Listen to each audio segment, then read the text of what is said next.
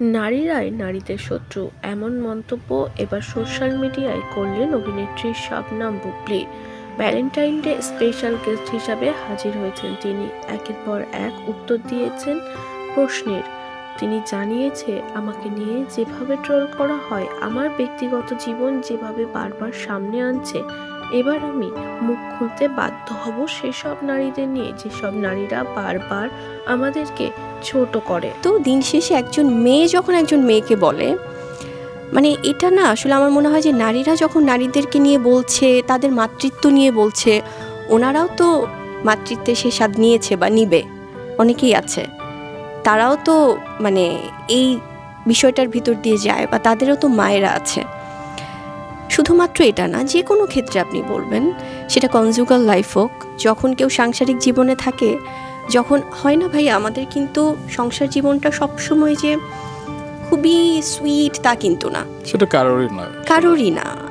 আমরা যারা মিডিয়াতে আছি তাদের তো নাই, এবং যারা মিডিয়ার বাইরে, এবং মিডিয়ার বাইরে আপনি দেখবেন ভাইয়া, এভরিডে অলমোস্ট 80%-এর মতো, এভরিডে হোক বা এভরি মান্থে হোক, একটা বড় পার্সেন্টেজ কিন্তু ডিভোর্স হচ্ছে সেটা সোসাইটিতে, সংবাদ মাধ্যমে এসছে, এবং বড় বড় পত্রিকাতেই আমরা দেখেছি। কোনোটাই কিন্তু মিডিয়ার মধ্যে না।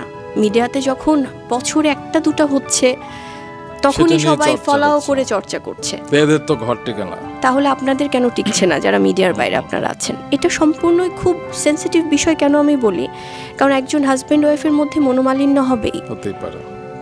আমরা যখন মিডিয়ার বাইরে দেখি যে তাদের মধ্যে অনেক সময় ঝগড়া হচ্ছে, মনোমালিন্য হচ্ছে, কথা কাটাকাটি হচ্ছে, এক একজনকে ব্লেম দিচ্ছে, তাদের নিয়ে বিচার বসছে, আবার ঠিক হচ্ছে। সো আমার ব্যক্তি জীবনটা যদি আমি বলি, অনেক কিছুর মধ্য দিয়ে তো আমরা যাই, সেখানেও কিন্তু আপস অ্যান্ড ডাউনস আছে। তো যখন আমাদের মধ্যে কোনো একটা প্রবলেম হচ্ছে, সেটা আমার সন্তানের বাবা হোক বা আমার হাজব্যান্ড হোক, যখন সে হয়তো বা অনেক সময় অনেক কিছুর মধ্য দিয়ে যাচ্ছে, অনেক কথা বলে ফেলছে হয়তো অভিমান থেকে, বা আমিও হয়তো বলছি, আবার পরবর্তীতে আমাদের ঠিক হচ্ছে। সো এটাও তো আমাদের লাইফের পার্ট। আমরাও তো মানুষ, আমরা হিউম্যান বিং। কিন্তু মানুষ ভেবে নিচ্ছে, আচ্ছা ওনারা এরকম করে একটা সময় হয়তো কথা বলেছে, তাহলে আবার কেন ঠিক হচ্ছে, মানে এটা ঠিক হওয়া যাবে না, আবার কেন প্রবলেম হচ্ছে, আজকে আমি বলছি, আবার আমার দুদিন পরে প্রবলেম হতেই পারে।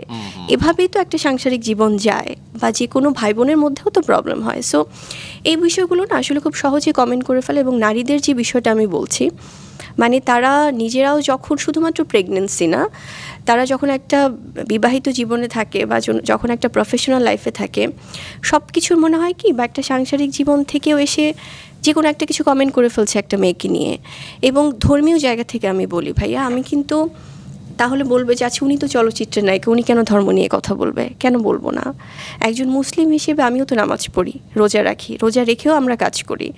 সেটা আমার আর আমার আল্লাহর সাথে আমার কানেকশন। জানো যে আমার লাইফে একটা বড় ডিজাস্টার আছে।